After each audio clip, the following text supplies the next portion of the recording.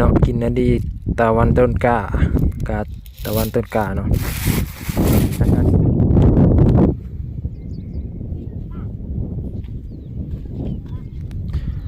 สบายดีพี่น้องปองป่ายเบิดสุขสู่คนมื้อนี้ก็มาปลูกมาสวนเด้อมื้อนี้เด้อมื้อนี้มาปลูกหมักโม่เด้อพี่น้องเอ้ยมาปลูกแตงโมเนาะ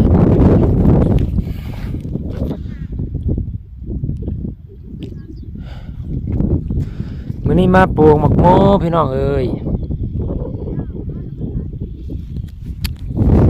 เดี๋ยวให้เบิ่งแนวพันธุ์ที่เฮาเอามาปลูกมื้อนี้เนาะก็สิมีแนวพันธุ์บิ๊กซันนี่บิ๊กซันที่เฮาไปตามหาไปซื้ออยู่นครพนมประเทศไทยเนาะก็สิมีแนวพันธุ์แตงโมกินนาดีเนาะกินนาดีตะวันต้นกล้ากาตะวันต้นกล้าเนาะแล้วก็สิมีปองเล็กปองน้อยนี่ก็สิเป็นลูกผสมจัมโบ้05เนาะน้ำหนัก6-8กิโลเนาะอายุเก็บเกี่ยว65-75วัน ตอนนี้นะสิมาเบิ่งแปลงที่เฮาสิปลูกเนาะมันเป็นสวนอ้อยที่ถูกพักดินเนาะเป็นอ้อยตอแล้วเฮาก็สิหยุดการพักดินไว้เนาะแล้วก็สิมาไถผ่านเจ็ดถุงต่อแล้วก็สิปลูกเข้ามาเลยเนาะนี่ก็จะเป็นทางลงไปเป็นดอกของไผ่ของมันเนาะดอกหนึ่งเนี่ยครับประมาณ3 ไหลเนาะตอนนี้ลงไม่หมดก็สิกว้างอยู่ประมาณ20 เมตรประมาณทางนี่นะ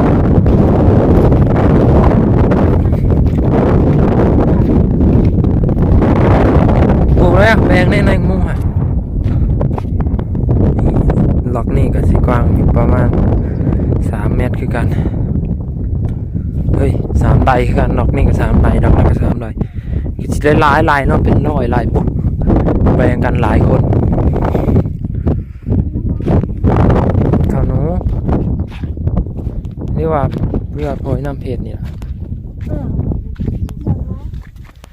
ไปทีมงานเฮาก็สิมาปลูกมะม่วงกว้างแม่เขาแม่กว้าง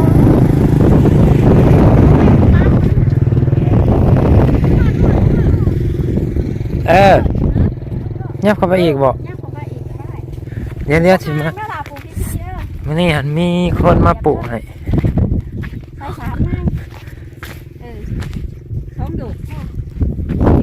แล้วเบิ่งวิธีการปลูกบิ๊กซันเนาะตัวนี้เนาะ8 ไร่พี่น้องเอ้ยใส่คุ้มละ3 ไร่ 4 ไร่ 3 ไร่ 4 ไร่นี่พอดี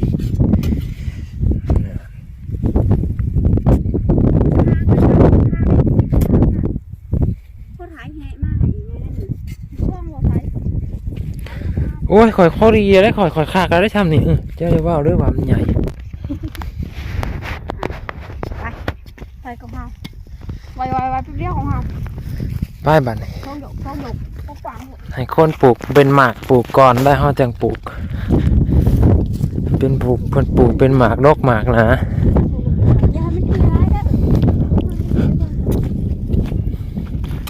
บัดนี้เขาจะปลูกแล